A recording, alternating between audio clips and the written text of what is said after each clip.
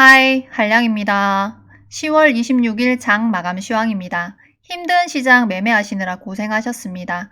금일 코스피는 0.65포인트 상승 마감, 코스닥은 0.82포인트 하락 마감했습니다. 매매 동향을 좀 살펴보면 외인이 코스피를 공격적으로 매수했네요. 그리고 선물도 많은 물량 매수했습니다.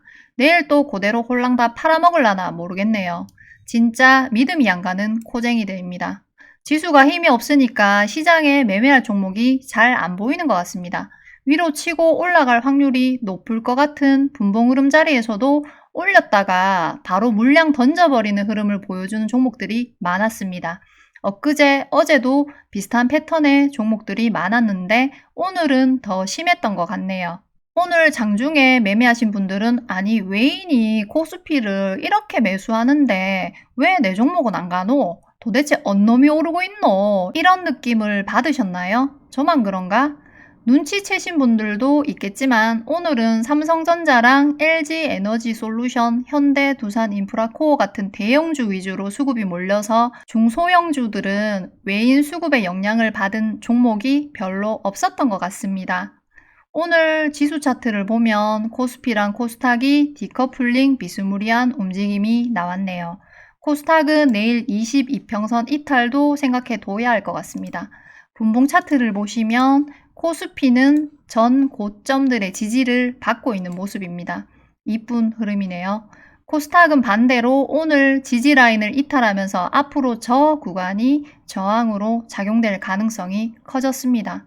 1분봉 차트 말고 시간봉 차트로 봤을 때 사실 오후 1시에 시간봉 마감하는 모양을 보고서 오후에는 영업 종료하는 게 맞는 시장이었네요. 코스닥은 내일 일봉상 22평선을 지지하는지 확인하면서 매매를 해야 할 것 같습니다. 오늘의 시장 주도주를 알아보겠습니다. 첫 번째는 어제 시간외에서 상한가 마감했었던 탑머트리얼입니다. 노르웨이 전기차 기업과 180억 규모의 공급 계약 재료로 장 초반부터 강하게 상승해서 상한가까지 닫았던 종목입니다. 신규 상장주고 시총 2,930억에 오늘 2,200 정도 거래됐습니다. 앞전 흐름에서 생긴 매물대 부근에서 주가가 움직이다가 장 끝나기 직전에 상한가 트라이를 한번 했는데 매물이 쏟아지면서 26%대에서 마감했습니다. 다음은 G2파워입니다. 오늘 1,900억 정도 거래됐습니다. 폴란드 수주 기대감으로 G2파워가 상한가 마감을 하고 며칠 있다가 이런 기사가 나오면서 원전 관련주들이 조정을 받았습니다. 근데 어제 장 끝나고 나서 이런 뉴스가 하나 있더라고요. 폴란드 원전 관련해서 정부 사업은 미국에, 민간 사업은 한국에. 딱 보니까 너그 싸우지 말고 반반히 해라. 대충 이런 내용입니다. 다시 관련주들이 상승할 만한 명분이 생겼네요.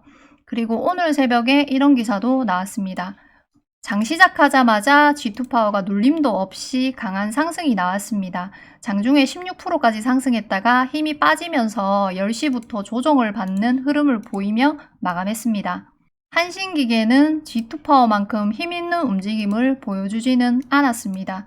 그리고 한전산업은 장 초반에 G2파워가 움직일 때는 가만히 있다가 오후장에 뜬금포 상승을 보여줬습니다. 앞에서도 이런 모습을 보여줬는데 형님들이 운전을 난폭하게 하는 것 같습니다. G2파워 상승 시세가 거의 끝나갈 때쯤에 시장의 돈이 한미글로벌로 옮겨갔습니다. G2파워가 10시쯤부터 눌리기 시작했으니까 대충 보면 시간대가 맞네요. 오늘도 2,750억 정도 거래되면서 시장에서 강한 모습을 보여줬네요. 차트상에 보이는 이 분홍색 바가 거래대금 1,000억 이상 찍히는 날이 표시되게 한 수식인데요. 한미글로벌 보시면 본격적인 상승 파동을 시작하고 나서 1,000억 이상 거래된 날이 엄청 많습니다. 같은 테마인 유시는 거래대금이 300억 정도 거래되고 장중에 힘있는 움직임을 보여주지는 못했습니다. 다음은 위메이드 플레이, 위메이드 맥스입니다. 장 시작 전에 위메이드 맥스 관련해서 3분기 영업이익 흑자 전환했다는 실적 뉴스가 나오더라고요. 최근에 위메이드 관련주에 돈이 들어온 것도 있고 해서 오늘 시세 한번 줄 수도 있겠구나 생각을 했는데 정작 위메이드 맥스는 별다른 움직임이 없었고 위메이드랑 위메이드 플레이가 강한 상승 흐름을 보여줬습니다. 다음은 휴마시스입니다. 경영권 분쟁 이슈가 지속되고 있는 종목입니다. 오늘 3천억 정도 거래됐고 장중에 11% 정도 상승했는데 장 막판에 보여준 이런 흐름 때문에 당분간은 이 앞의 흐름이 상승에 방해되는 매물대 저항 구간이 될 것 같다는 생각이 듭니다. 다음은 한컴라이프케어입니다. 다들 아시는 방사능 관련주입니다.